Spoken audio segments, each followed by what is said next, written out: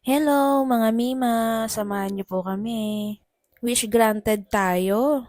Sabi ko kasi kay daddy naboboring ako, parang gusto kong mag-swimming. Kaya ayun, naghanap ako, then yung napili ko is sa Azure. Since na meron akong kakilala na agent sa Azure, agad-agad ko tong tenex and nagpa-reserve agad ako ng room. Ang rate pala ng room nila per night is 3,000. So, 2 nights kami dyan. At ito na nga, nakarating na kami mga Mima. Ito yung room na pina-reserve ko. Not bad ha, maganda na siya. Pagkadating namin agad sa Azure mga Mima, dali-dali kami bumaba dahil nga excited si Madam na mag-swimming. Tagal-tagal na din kasi hindi nakakapag-swimming. So ayan, kahit wala pa kaming kain, dumiretso agad kami sa pool.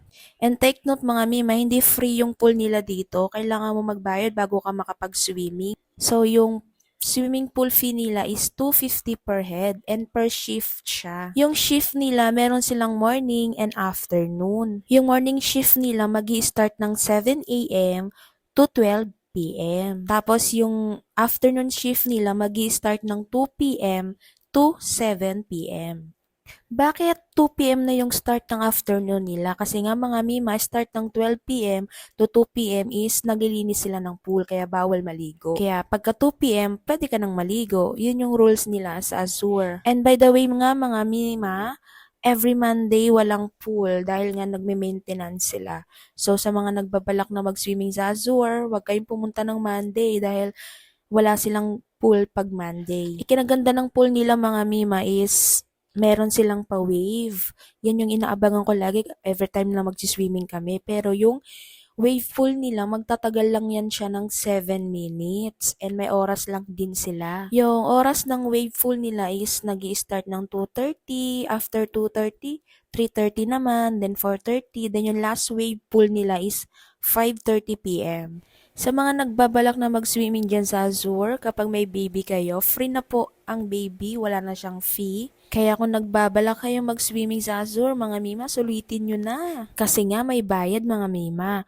Per shift niya is 250 per head. So, if want mo mag-swimming ng morning, magbabayad ka ng 250. Then, after morning, want mo rin mag-swim ng afternoon, magbabayad ka ulit ng 250. So, yung isang araw mo, kapag gusto mo mag-swimming ng maghapon, 500 yung babayaran mo. At ayun na nga mga Mima, talagang nag-enjoy ako, talagang sinulit ko yung pag-swimming ko sa Azure ng 2 days mga Mima. Worth it yung staycation namin sa Azure. And by the way mga Mima, yung check-in time nga pala sa Azure is 2 p.m. and check-out time is 12 p.m. So hanggang dito na lang mga Mima, pauwi na po kami and tapos na ang aming 2 night staycation sa Azure and enjoy na enjoy talaga kami. Salamat sa panonood, hanggang sa muli!